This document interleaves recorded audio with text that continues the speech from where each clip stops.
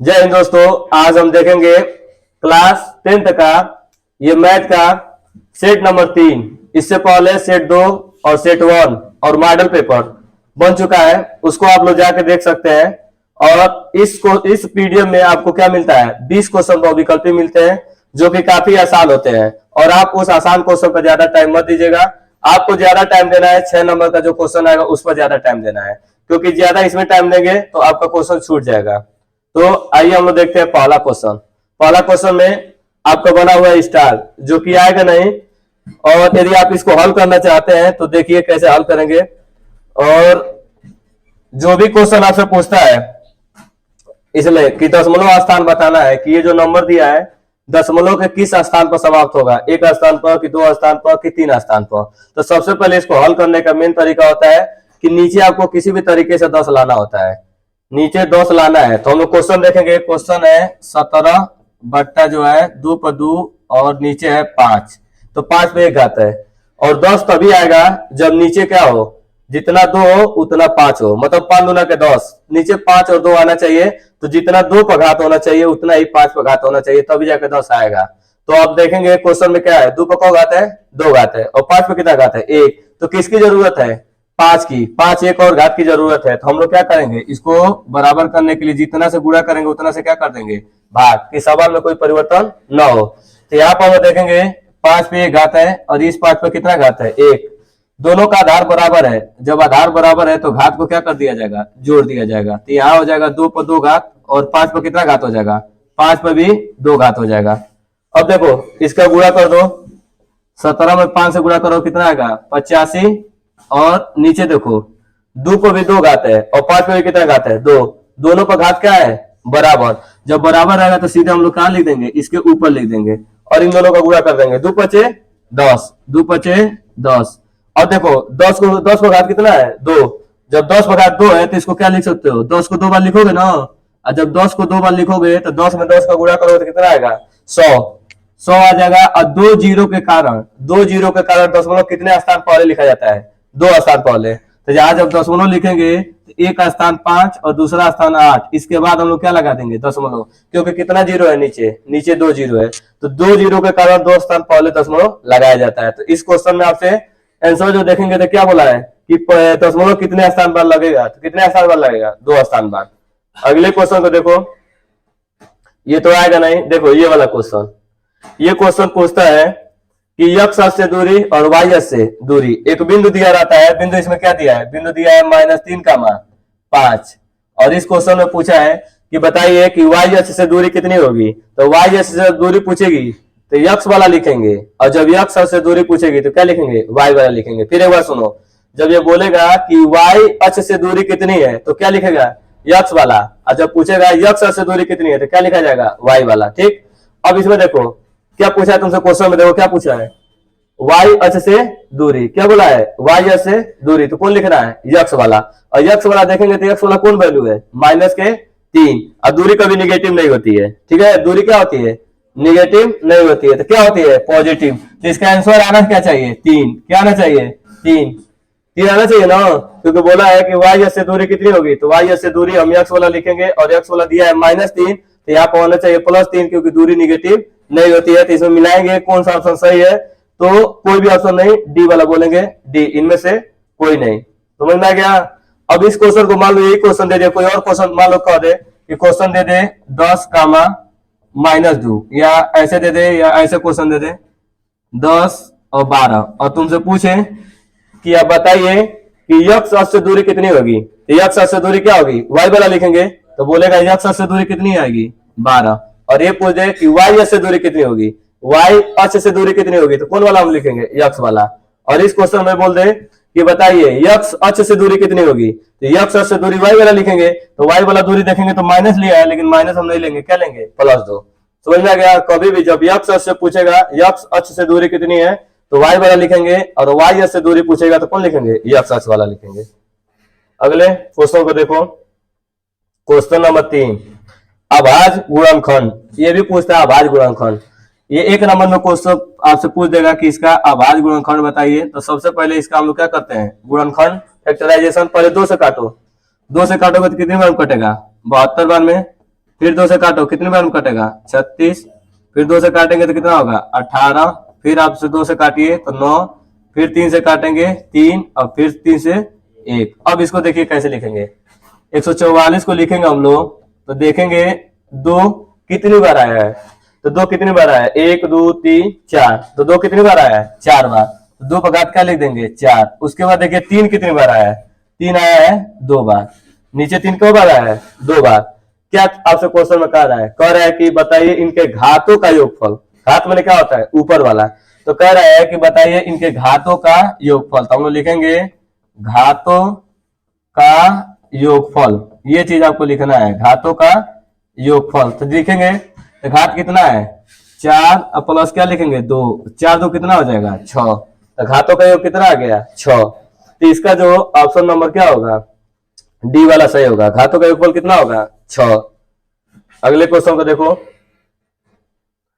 देखो ये क्वेश्चन आपका कहता है पहली संख्या गुणे दूसरी संख्या बराबर क्या होता है जी मौसा गुणे लसा। इधर देखो सब लोग, पहली संख्या गुणे दूसरी संख्या बराबर क्या होता है मौसा गुणे। तो यहाँ पर देखो पहली संख्या कौन है 132, दूसरी संख्या क्या है 288, तो फार्मूला लगाएंगे पहली संख्या गुणे और क्या लिखेंगे दूसरी संख्या, पहली संख्या गुणे दूसरी संख्या बराबर क्या लिखेंगे मौसा गुणे लौसा, मौसा उसके बाद लगाएंगे गुणे लौसा। अब देखो फार्मूले में तो इसमें देखेंगे क्या चीज दिया है मौसा दिया है कि लौसा दिया है, तो क्वेश्चन में दे दिया लौसा। देखो इन दोनों संख्याओं का लौसा इतना दिया है, लौसा ही आपको दे चुका है, आपसे पूछ क्या रहा है मौसा, वैल्यू भरेंगे। यहाँ है 132 गुणे 288 बराबर आपसे पूछा है कि मौसा बताइए, तो मौसों को रहने देंगे और लौसा की वैल्यू देखेंगे। तो लौसा का वैल्यू दे दिया है आपका 31 और 68, ये चीज गुणा में है, गुणा में इस साइड जाएगा तो क्या करेगा भाग, तो यहाँ से हो जाएगा 132 गुणे 288 बट्टा लिखेंगे 31 और 68 बराबर इधर लिखेंगे मौसम। इसको हल करने के बाद आप हल करेंगे काट के लाएंगे तो इसका आंसर आएगा 12, तो इसका जो मौसा आएगा वो कितना आएगा 12, तो इसका जो ऑप्शन होगा ऑप्शन नंबर कौन सा सही होगा 4। ठीक है हल कर लेना, काट के लाओगे तो 12 आंसर आएगा। क्वेश्चन नंबर 5 कह रहा है कि मूल बराबर है, तो मूल बराबर होता है तो डी बराबर क्या होता है डी बराबर 0, ये तो होता है मूल बराबर, और डी क्या होता है विविक्तर, तो या तो देगा मूलों का योगफल मूलों का गुणनफल या क्या देता है विविक्तर, ज्यादा विविक्तर देता है। तो विविक्तर का फार्मूला तुम लोग को याद होना चाहिए, कह रहा है कि मूल क्या है बराबर है, तो मूल जब बराबर होता है तो डी बराबर क्या लिखा जाता है डी बराबर 0, और डी क्या है डी विविक्तर है, और डी का फार्मूला होता है बी स्क्वायर माइनस 4ac बराबर क्या लिख दोगे 0। चाहो तो 4ac को उस साइड लेके जाओ, इधर माइनस 4ac है, उस साइड जाएगा तो क्या होगा प्लस हो जाएगा 4a और क्या लिख देंगे c 4ac। अब a b c पहचानने का तरीका देखो, a कौन होता है b कौन होता है c कौन होता है, तो जो यक्स स्क्वायर के बगल में रहता है ये यक्स स्क्वायर के बगल में ये क्या होता है a, जो यक्स के बगल में रहता है वो क्या होता है b, और जो जिसमें यक्स ना लगा वो क्या होता है c, ये याद रखना। यक्स स्क्वायर के बगल वाला a होता है, जिसमें यक्स पे एक घात होता है उसके बगल वाला b होता है और चिन्ह सहित लिया जाता है, इसके आगे माइनस है तो माइनस लेंगे, प्लस है तो प्लस लेंगे, और जिसमें यक्स ना लगा वो क्या होता है c होता है। तो यहाँ से हम लोग वैल्यू पुट करेंगे, देखो b के वैल्यू कितना दिखाई दे रहा है माइनस के 12, b के जगह पर रख देंगे माइनस के 12 का स्क्वायर 4, और उसके बाद क्या लिखेंगे a के वैल्यू देखेंगे तो a की वैल्यू कितनी है 3, और उसके बाद c की वैल्यू कितनी है m। अब देखो हल कर लो, तो 12 का स्क्वायर कितना होता है जी 144, और माइनस है तो माइनस का स्क्वायर भी क्या रहेगा प्लस, आई कितना होगा 4 12। अब देखो ये 12 गुणा में इधर जाकर क्या कर देगा भाग, तो 144 से 12 बार में कटेगा कि नहीं, क्योंकि 12 में 12 का गुणा करते हैं तो कितना आता है 144, तो यहाँ आ जाएगा 12, यहाँ पे लिखेंगे कि यम इक्वल टू कितना आ जाएगा यम इक्वल टू 12। कौन सा ऑप्शन सही है ऑप्शन नंबर डी क्या है सही है। ठीक है कर लोगे कि नहीं विविक्तर आराम से कर लोगे। अब देखो अगले वाले क्वेश्चन को देखो, फिर आ गया ना मूलों का योगफल, अभी क्या था पिछले वाले में विविक्तर था, विविक्तर का फार्मूला डी बराबर बी स्क्वायर माइनस 4ac, यह है मूलों का योगफल। तो मूलों का योगफल होता है अल्फा प्लस बीटा बराबर माइनस बी अपान ए, और अल्फा इंटू बीटा बराबर सी अपान ए। एक होता है मूलों का योगफल और एक होता है मूलों का गुणनफल। तो फिलहाल में इसमें क्या पूछा है, मूलों का योग। तो मूलों का योग यदि आप निकालते हैं तो लिखेंगे अल्फा प्लस बीटा बराबर क्या होता है माइनस बी अपान ए। यदि आपको किसी क्वेश्चन में ऐसे पूछ देता है कि मूलों का गुणनफल बताइए, तो अल्फा इंटू बीटा बराबर क्या लिखेंगे, सी अपान ए। याद रखिएगा, कभी ये भी पूछ सकता है और इसमें तो ये आया हुआ है। और ए बी सी पहचानने का तरीका आप जान चुके होंगे। ए जो होता है एक्स स्क्वायर के बगल वाला होता है, एक्स स्क्वायर के बगल वाला कौन होता है, ए। और एक्स के बगल में जिस एक्स पे एक घात होता है उसके बगल वाला कौन होता है, बी। और जिसमें एक्स ना लगा वो क्या होता है, सी। तो ए बी सी वैल्यू भरेंगे तो अल्फा प्लस बीटा बराबर लिखेंगे माइनस के बी। बी कितना है देखो, माइनस के 3, और ए देखो ए कितना है, ए है 5। तो ध्यान दो ये माइनस में माइनस का गुणा हुआ तो माइनस माइनस प्लस, यहाँ हो जाएगा अल्फा प्लस बीटा बराबर 3 बट्टा क्या लिख देंगे 5। तो 3 बट्टा 5 कौन सा है, पहला ही है ना, पहला ही सही है, 3 बट्टा के 5।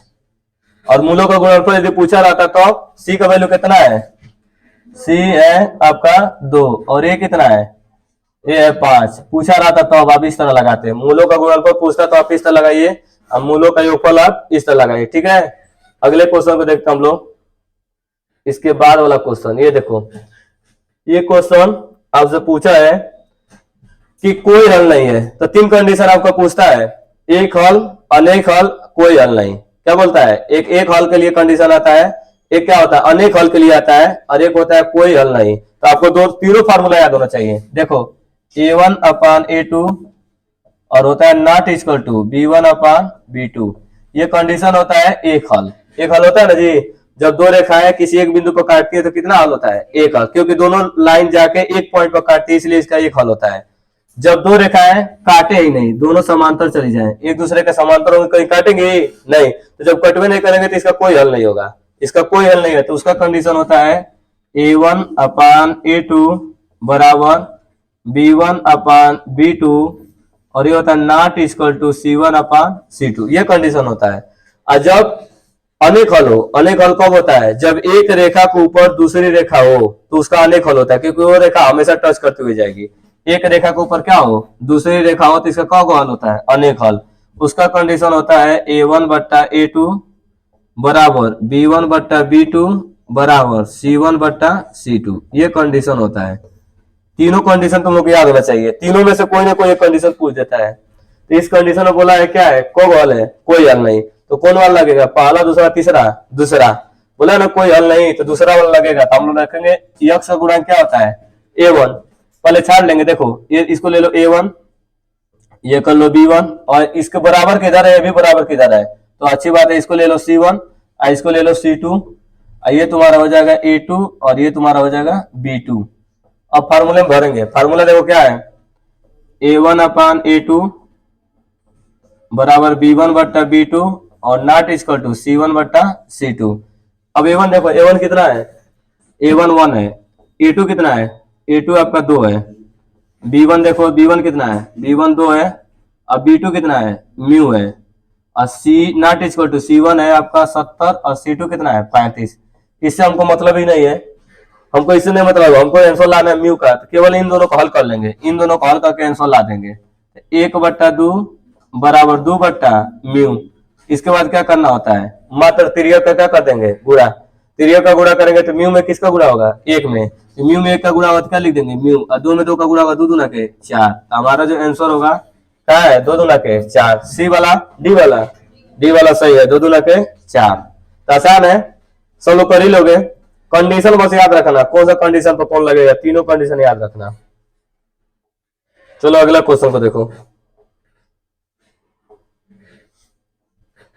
ये वाला देखो। अब देखो इसमें जो पूछता है अंतर विभाजन, और ये मध्य बिंदु का फार्मूला है, मध्य बिंदु। तो मध्य बिंदु का सूत्र होता है x बराबर x1 प्लस x2 बट्टा के 2 और y बराबर y1 प्लस y2 बट्टा 2। ये सूत्र होता है मध्य बिंदु का।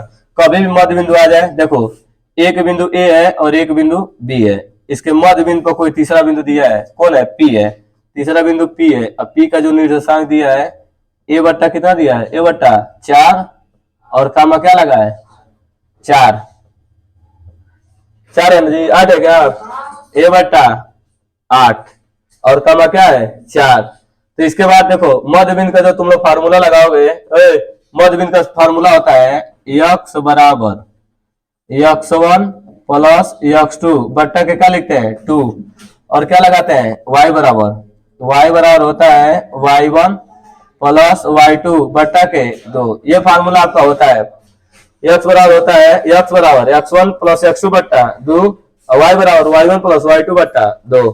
अब हम वैल्यू भरेंगे। देखो जो किनारे किनारे वाला होता है, ध्यान दो, ये किनारे वाला, इस किनारे वाला x1 होगा और y1 होगा, इस किनारे का होगा x2 होगा और क्या होगा y2 होगा, और जो बीच में होगा वो क्या होगा x होगा y होगा। ठीक है, बीच वाला क्या होगा x y, इस किनारे का x1 y1, उस किनारे का x2 y2। अब वैल्यू भरेंगे। x बराबर देखो क्या दिखाई दे रहा है, x बराबर a बट्टा 8। अब देखो इधर x1 कितना दिखाई दे रहा है, x1 इस किनारे का देखो x1 कितना है माइनस के 4। उसके बाद x2 कितना है, x2 देखो इस किनारे का कितना है 5 बट्टा के 2। और ध्यान दो 5 में से 4 घटेगा कितना बचेगा 1, यहाँ बच जाएगा 1 बट्टा के 2। अब क्या कर लेंगे हम लोग, तिर्यक का गुणा, तिर्यक गुणा होगा, ये यहाँ पहुंच जाएगा तो ये बराबर क्या हो जाएगा, ये बराबर होगा 8 बट्टा 4, 8 बट्टा 2, 2 से काट दो तो 2 दूना के 4। तो तुमको वैल्यू किससे पूछा है, वैल्यू ए का पूछा है ना, तो ए का मान कितना आया है, ए का मान 4। तो कौन सा सही है, डी वाला सही हो जाएगा। तो आसानी से लगा सकते हो, बस उसका कोई यूज ही नहीं है, बस केवल एक का यूज किया है, एक्स बराबर x1 प्लस x2 बट्टा 2 और वैल्यू क्या लिखे है x बराबर, बीच वाला होता है, देखो बीच वाला कौन होता है x वाला, एक किनारे का क्या होता है x1 y1, उस किनारे क्या होता है x2 y2। फार्मूला में भरे हैं, x वाला क्या है बीच वाला a बट्टा 8, x1 इस किनारे का x1 माने -4 और x2 माने कौन है 5। तो -4 और 5, 5 में से 4 घटेगा कितना हो जाएगा 1, और नीचे क्या है 1 बट्टा 2। ये 8 भाग में इधर गया तो क्या किया गुणा, तो कितना हो गया 8 कम 8, 8 बट्टा 2, 2 से काटे तो कितना है 4, एक मान कितना आ गया 4। क्वेश्चन नंबर 9 देखो, देखो इस क्वेश्चन में क्या कहा है, इस क्वेश्चन को समझो। कहा है कि दिए गए चित्र में PQ और BC दे दिया है, एक संबंध है, कितना दिया है एक संबंध है 3, PQ कौन है ये ना है, और BC है एक संबंध है 3। तो तुमसे पूछा क्या है BC, देखो PQ जो बना है छोटे वाले त्रिभुज में इन बना है ना, अब बड़ा वाला क्या है बड़े वाले त्रिभुज में बना है। BC क्या है, BC जो है बड़े वाले त्रिभुज की भुजा है और PQ क्या है छोटे वाले त्रिभुज की क्या है भुजा है। तो हम लोग फार्मूला में क्या पूछा है आपसे AP क्या निकालना है AP, अब बट्टा क्या निकालना है BP।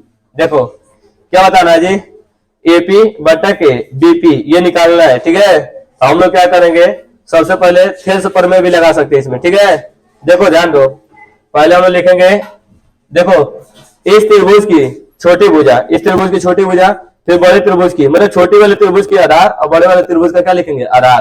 तो छोटे वाले त्रिभुज का आधार क्या है PQ, बड़े वाले त्रिभुज का आधार क्या है BC, इक्वल टू इधर लिख दो, क्या इधर इस साइड लिख दो बराबर, देखो क्या इधर ही लिख दो, कोई भी लिख सकते हो। अब देखो तुम ये लिखोगे, पहले इधर का लिखे हैं, फिर देखो छोटे वाले त्रिभुज की आधार, फिर बड़े वाले त्रिभुज का आधार, फिर हम लोग लिखे हैं कि छोटे वाले त्रिभुज का एक साइड AP, देखो छोटे वाले त्रिभुज का एक साइड क्या लिखेंगे AP, फिर बड़े वाले त्रिभुज का ये बड़ा साइड क्या लिखेंगे A से B तक, क्या लिखेंगे AB, क्या लिख देंगे AB। फिर एक बार समझा रहे कैसे लिखे, देखो पहले एक त्रिभुज देखो APQ और फिर बड़ा त्रिभुज ABC है ना, दो त्रिभुज APQ और ABC। तो पहले छोटे वाले त्रिभुज का एक साइड ले लिए, ये छोटे वाले त्रिभुज का AP, फिर क्या किया है बड़े वाले त्रिभुज का क्या लिख दिया AB, फिर छोटे वाले त्रिभुज का क्या लिखे PQ, फिर बड़े वाले त्रिभुज का क्या लिखे BC। हो गया, पहले छोटे वाले त्रिभुज का, फिर बड़े वाले त्रिभुज का, छोटे वाले त्रिभुज का, बड़े वाले त्रिभुज का।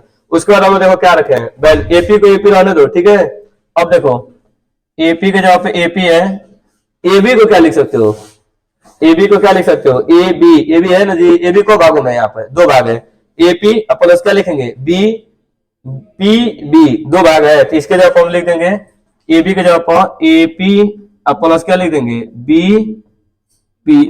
और B, और इसका वैल्यू तो दे दिया है, इसका वैल्यू आ दिया ना 1/3, यहाँ लिख देंगे 1/3। उसके बाद देखो क्या करेंगे तिर्यक का गुणा, 3 का किसमें गुणा होगा, 3 का एपी में, इसमें गुणा होगा 1 में, तो ये हो जाएगा 1 का एपी, अब प्लस क्या लिख देंगे बीपी, एपी इधर लेकर आएंगे, प्लस इधर आएगा तो क्या हो जाएगा जी माइनस, ये हो जाएगा 3 एपी माइनस एपी बराबर क्या लिख देंगे बी। अब बताओ घटाओ कितना बचेगा, 2 ए पी बराबर क्या बचेगा पी बी। तुमको वैल्यू किससे पूछा है, वैल्यू तो तुम्हारा पूछा है एपी बट्टा पीबी, एपी बट्टा पीबी, तो पीबी इधर लाएंगे, उधर गुणा में इधर आएगा तो क्या करेगा भाग, नीचे चला जाएगा ना, पीबी नीचे चला जाएगा, इधर क्या बचेगा, बचा क्या रहेगा इधर एक, पहले से क्या बचा रहेगा एक, और 2 इधर क्या है गुणा में, उधर जाएगा तो क्या करेगा भाग, तो आपका आंसर क्या आ जाएगा 1/2, मतलब एक संबंध है 2। इसको क्या लिख सकते हैं एपी संबंध बीपी बराबर क्या लिखोगे 1 संबंध 2, ये चीज लिख दोगे तो कौन सा ऑप्शन सही है, 1 संबंध 2 वाला, सी वाला क्या है सही है, कर लोगे ना, आसान है। अगले क्वेश्चन को देखो, देखो ये स्टार बन चुका है, ये कर भी सकते हो, पाइथागोरस थ्योरम लगेगा, इसमें 90 डिग्री का कोण आएगा क्योंकि इसमें पाइथागोरस थ्योरम लगेगा। बड़ी वाली भुजा कौन है, बड़ी वाली भुजा को देखो, कौन का स्क्वायर बराबर आधार का स्क्वायर प्लस लंब का स्क्वायर करोगे तो पाइथागोरस थ्योरम पालन करेगा, तो कौन डिग्री बनेगा 90। जिस त्रिभुज में पाइथागोरस थ्योरम लगता है वो कौन सा त्रिभुज होता है, समकोण त्रिभुज होता है। क्या होता है समकोण, यही पे देख सकते हो, बताओ सबसे बड़ी भुजा क्या है, यही सबसे बड़ी भुजा कर लो, तो सबसे बड़ी वाली भुजा √3 स्क्वायर बराबर इससे छोटी वाली भुजा 12 का स्क्वायर और सबसे छोटी वाली भुजा 6 का स्क्वायर। यदि दो भुजाओं का योग, दो भुजाओं के वर्गों का योग तीसरी वाले भुजा के वर्ग के बराबर आता है तो समकोण त्रिभुज होता है। कोण का स्क्वायर बराबर आधार का स्क्वायर प्लस लंब का स्क्वायर, बताओ 6 का स्क्वायर कितना होगा 36 गुणे 3 का रूट का स्क्वायर, रूट हट जाएगा, 12 का स्क्वायर 144 अब प्लस कितना हो जाएगी 6 के 36, 36 18 3 3 9 1 10, ये वाला बड़ी भुजा नहीं होगी, हाई बड़ी भुजा नहीं होगी, बड़ी भुजा इसमें होगी 12। अब पाइथागोरस थ्योरम लगाएंगे तो बड़ी भुजा होगी 12, ये होगा 6√3 और यहाँ होगा सबसे छोटी भुजा क्या होगी 6। अब लगाएंगे देखेंगे आ रहा है दोनों बराबर, तो सबसे बड़ी भुजा कौन है 12, लगाओ 12 का स्क्वायर, कौन का स्क्वायर बराबर क्या लगाओ आधार, आधार कितना है 6, लंब कितना है 6√3, कितना हो जाएगा जी 12 का स्क्वायर, 12 का स्क्वायर हो जाएगा 144 और 6 का स्क्वायर 36 और 6 का स्क्वायर 36 और रूट का स्क्वायर, रूट हट जाएगा, अब गुणा कर लो, ये हो जाएगा 144 36 और 108, ये जोड़ो कितना हो जाएगा, जोड़ लो तो कितना आ जाएगा 144 ही तो आएगा, ये भी जोड़ने पे 144 आएगा ना। तो ये पाइथागोरस थ्योरम का पालन कर रहा है, जो पाइथागोरस थ्योरम का पालन करता है वो कौन सा त्रिभुज कहलाता है समकोण, और समकोण में कोई डिग्री कोण बनता है 90, तो इसका डायरेक्ट 90 आप लिख सकते थे, और वैसे ही आएगा नहीं स्टार बना हुआ है, आप मर्जी कर सकते हैं, समझने के लिए बताएं। देखो इस पर भी स्टार बना हुआ है, स्टार बना हुआ है, ये भी आएगा नहीं लेकिन फिर भी देख लो। फार्मूला कहता है कि जब दो त्रिभुज समरूप होते हैं, जब दो त्रिभुज क्या होते हैं समरूप, तो उसका फार्मूला होता है उनके क्षेत्रफल का अनुपात उनके भुजाओं के वर्गों का अनुपात के क्या होता है बराबर होता है। तो दो त्रिभुज समरूप होते हैं तो पहला त्रिभुज ए बी सी का क्या लिखेंगे क्षेत्रफल, फिर नीचे लिखेंगे दूसरा त्रिभुज, दूसरा त्रिभुज क्या लिखेंगे पी क्यू आर, क्या क्या लिख देंगे पी क्यू आर का क्षेत्रफल क्या होगा किसके बराबर होगा, उनके भुजाओं के वर्गों के अनुपात का क्या होगा बराबर होगा। तो भुजा लो, तो भुजा क्या होगा ए बी और नीचे क्या लिखेंगे पी क्यू, इनके भुजाओं के वर्गों के अनुपात का क्या होता है बराबर होता है, यही होता है। तो तुमको क्या दिया है क्षेत्रफल का अनुपात दे दिया ना, कितना दिया है क्षेत्रफल, क्षेत्रफल दिया है 16/25, याद लिख देंगे 16/25 और क्या दिया है ए बी बटा क्या लिखेंगे पी क्यू।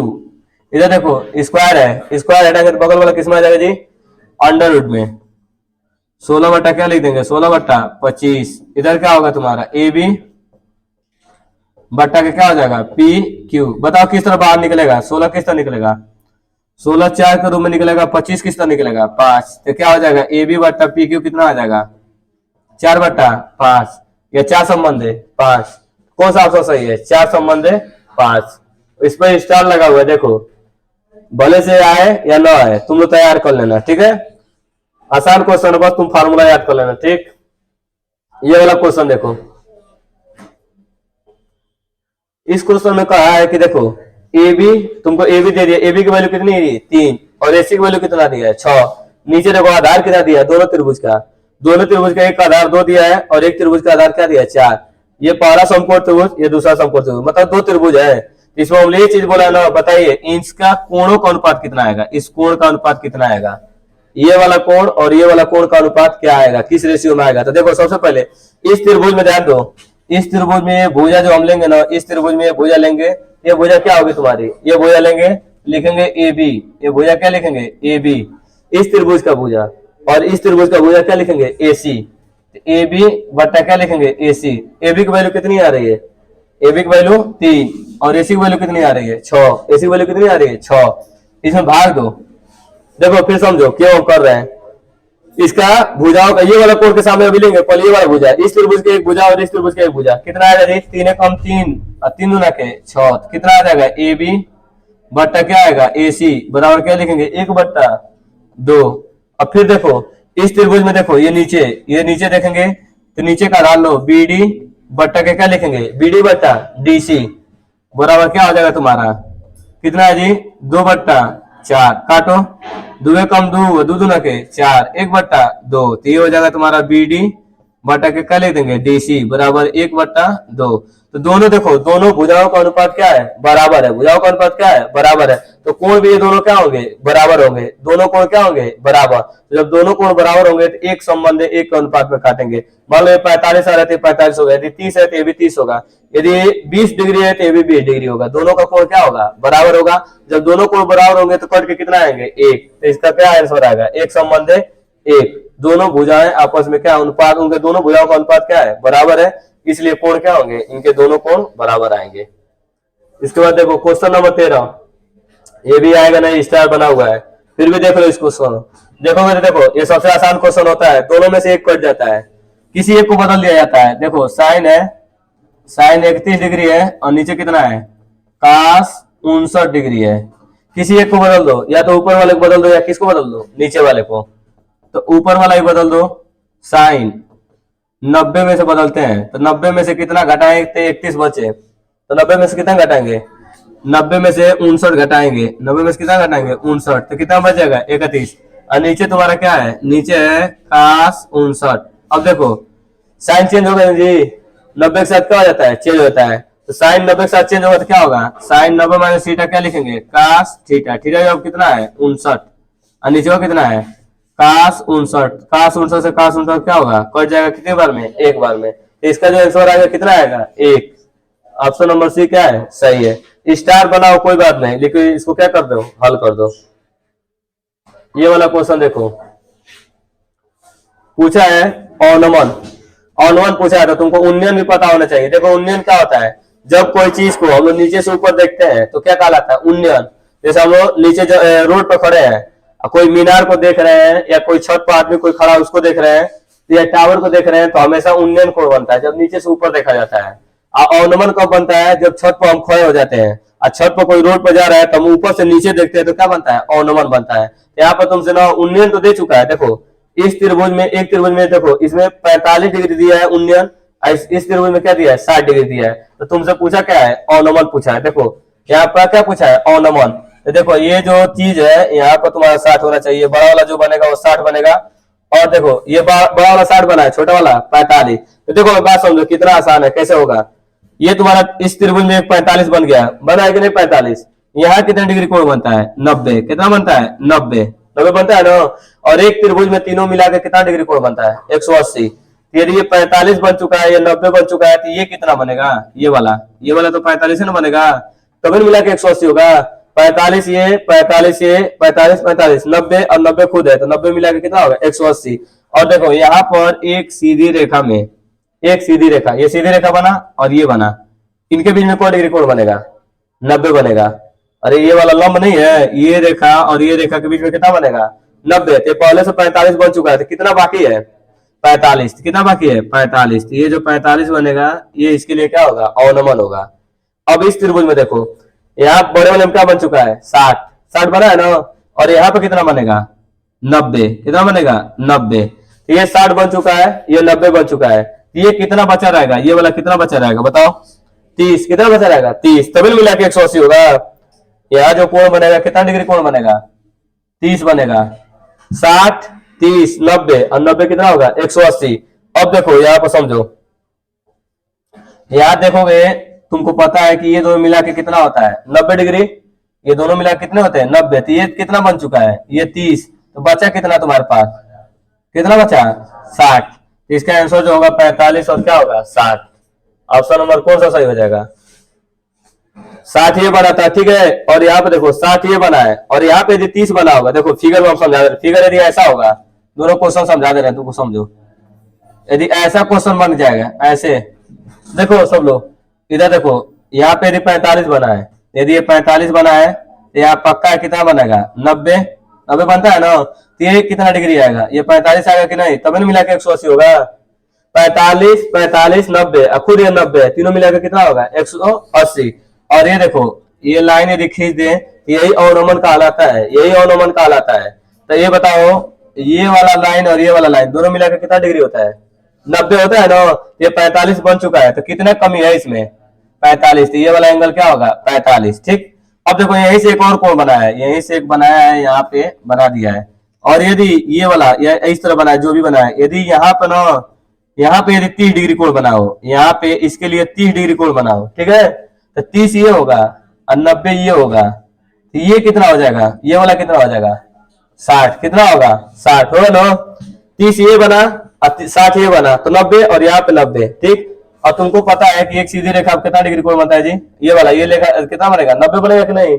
ये वाला लाइन और कितना कमी है 30 की, कितना कमी है 30 की, तभी नहीं मिलाकर 90 होगा। तो इस तरह यदि फिगर रहता है, इस तरह फिगर रहता है, तो एक अवनमन कोण 45 आएगा और एक अवनमन कोण कितना आएगा 30।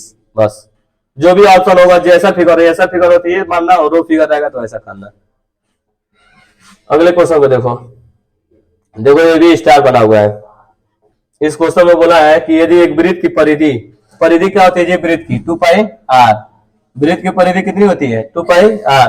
कह रहे एक वृत्त की परिधि उसके क्षेत्रफल के बराबर है, तो क्षेत्रफल क्या होता है पाई आर स्क्वायर। वृत्त का क्षेत्रफल कितना होता है pi r square, pi r square. क्या कट जाएगा यहाँ पे, पाई से पाई, एक आर से एक आर, तो कितना बचेगा 2, आर बराबर कितना लिख देंगे 2, क्योंकि इधर 2 बच जाएगा, उधर कितना आर बचेगा 1, यहाँ पर आर बराबर कितना आ जाएगा 2। कौन सा सही है, पहला वाला सही हो जा रहा है, ठीक। अगले क्वेश्चन को देखो, क्वेश्चन नंबर 16, ये भी क्या बना हुआ है स्टार। स्टार इसमें से क्वेश्चन नहीं आएगा। यदि चाहते हो देखो एक ठोस धातु का घनाभ है, तो देखो सिंपल से बात होता है ना, कैसे हम लोग करते हैं, पूछा है संख्या कितना घन बनेगा, तो हम लोग सिंपल बड़े वाले में छोटे वाले को भाग देते हैं, बड़े वाले में छोटे वाले को भाग देते हैं। तो बड़े वाले घन का आयतन घनाभ का आयतन लिखेंगे और नीचे क्या लिखेंगे घन का आयतन। तो बोलो घनाभ का आयतन क्या होता है, लंबाई गुणे चौड़ाई गुणे ऊंचाई। तो देखो यहाँ लिखेंगे लंबाई 9 मीटर है, चौड़ाई कितना है 8 मीटर है, और इसकी ऊंचाई कितनी है, ऊंचाई है 2 मीटर है। ये आयतन हो गया किसका, घनाभ का, घनाभ का आयतन। इसमें भाग देंगे घन का आयतन, तो घन का आयतन होता है भुजा का क्यू, घन का क्या होता है भुजा का क्यू। तो भुजा कितना है, घन का भुजा एक कितना है 2 है, तो इसको 3 बार लिखेंगे क्योंकि कहेगा भुजा का क्यू, 3 बार लिखना 2 मीटर गुणे 2 मीटर, उसके बाद तुमको लिखना होगा गुणे 2 मीटर 3 बार। तो मीटर मीटर तो अपने आप ही कट जाएगा, सब मीटर 2 से काट लो, 1 2 से 2 चौको 8, 2 से 1 2 काट दो, हाई काट दो, 2 दूना के 4 और 9 दूना के 18। इसका आंसर जो आएगा 18 बनेंगे। तो कौन सा ऑप्शन सही है, पहला वाला। समझ में कैसे देना है, घनाभ के आयतन में घन का आयतन को भाग दिया जाता है। घनाभ क्या है, लंबाई गुणे चौड़ाई गुणे ऊंचाई, घनाभ का आयतन होता है। और घन का आयतन क्या होता है, भुजा का क्यू। भुजा क्यू माने ना उसके भुजा को 3 बार लिखना है, साइड को 3 बार लिखना है। तो एक साइड दे दिया था 2, तो 2 को कब बार लिखेंगे 3 बार, 2 गुणे 2 गुणे 2, तो उसका आयतन होगा किसका, घन का। घनाभ का आयतन लंबाई गुणे चौड़ाई गुणे ऊंचाई। ये देखो ये वाला क्वेश्चन, इस क्वेश्चन में तुमसे क्या कहा है, कह रहा है कि इसका माध्य बताना है, समांतर माध्य।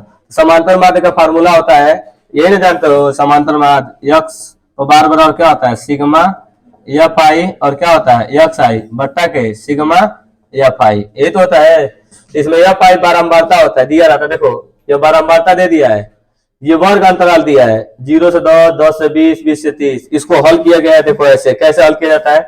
पहले वर्ग अंतराल जो दिया है उस वर्ग अंतराल को ऐसे लिख देते हैं, फिर बारंबारता नीचे दिया है जिसे एफ आई कहते हैं, इसको हम लोग बोलते हैं एफ आई, बारंबारता ये भी दे दिया है। और बारंबारता को हम जोड़ देते हैं, नीचे लास्ट में क्या करते हैं, बारंबारता को जोड़ते हैं। तो इन सबको जोड़ा है ना, 4 5 6, इसको जोड़ के कितना लाया है 20। इसको हम लोग लिखते हैं ना सिग्मा एफ आई, क्या लिखा जाता है सिग्मा एफ आई, इसको जोड़ेंगे कितना आएगा 20।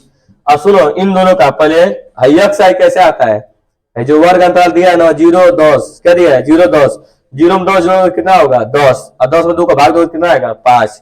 फिर ऐसे जोड़े 10 में 20 कितना आएगा 30, और 30 में 2 का भाग दो कितना आएगा 15। फिर ऐसे ही 30 20 50, 50 क्या आएगा 25। ऐसे करके फिर इन दोनों का क्या कर दिए, इन दोनों का आपस में क्या कर दिया है गुणा, एफ आई एक्स आई का क्या कर दिए गुणा। तो देखो 4 5 20 होगा 15 5 75, ऐसे गुणा करते गए, सबका गुणा करके इसको जोड़े हैं, तो जोड़े तो कितना आया है 430। तो जो 430 आया है वो तुम्हारा है सिग्मा एफ आई और क्या है एक्स आई, इसको जोड़ने पर कितना है 430। अब इस वैल्यू भरो, देखो नीचे जो आया है सिग्मा एफ आई एक्स आई कितना आया है 430 है, कितना आया है 20, एक 0 से 1 0 क्या होगा कट जाएगा, 2 से भाग दो, 2 दूना के 4, फिर 2 कम 2 2 5 10, 21.5। तो इसका जो आंसर हो जाएगा सी वाला 21.5। कैलकुलेशन ऐसे ही होता है, ठीक। अगला देखो क्वेश्चन नंबर 18, तुमको इसमें फार्मूला याद होना चाहिए। बहुलक बराबर होता है, बहुलक बराबर 3 माध्यिका माइनस 2 माध्य। बहुलक बराबर क्या होता है 3 माध्यिका में से 2 माध्य को क्या कर देते हैं माइनस। तो आप फार्मूला लिखेंगे, पहले फार्मूला लिखिए कि बहुलक, बहुलक बराबर होता है आपका, बहुलक बराबर कितना होता है 3 माध्यिका में से हम लोग कितना माध्य घटाते हैं 2, 3 माध्यिका माइनस के 2 माध्य, ये आपका फार्मूला आता है। हम सब वैल्यू भरेंगे। देखो अब देखेंगे क्या चीज दिया है, तो सबसे पहले देखो दिए गए समांतर माध्य, समांतर माध्य दे चुका है और कितना दिया समांतर माध्य 28। तो यहाँ पर रखेंगे 2 गुणे क्या रख देंगे 2 गुणे 28, यहाँ दे दिया है। फिर क्या दिया है बहुलक, बहुलक कितना दिया है 16, तो बहुलक का जगह पर रख देंगे 16, 3 और क्या लिख दिया है माध्यिका।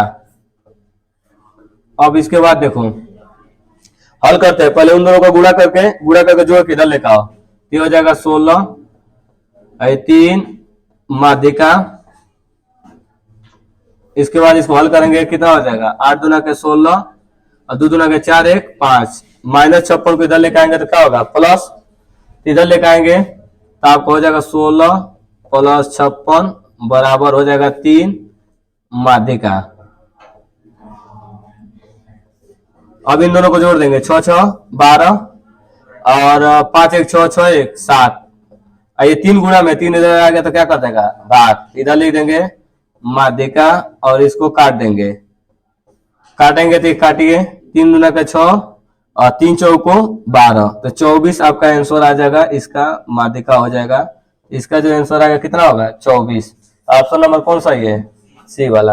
आराम से कर सकते हैं, बस केवल तुमको फार्मूला याद होना चाहिए कि बहुलक बराबर 3 माध्यिका माइनस के 2 माध्य।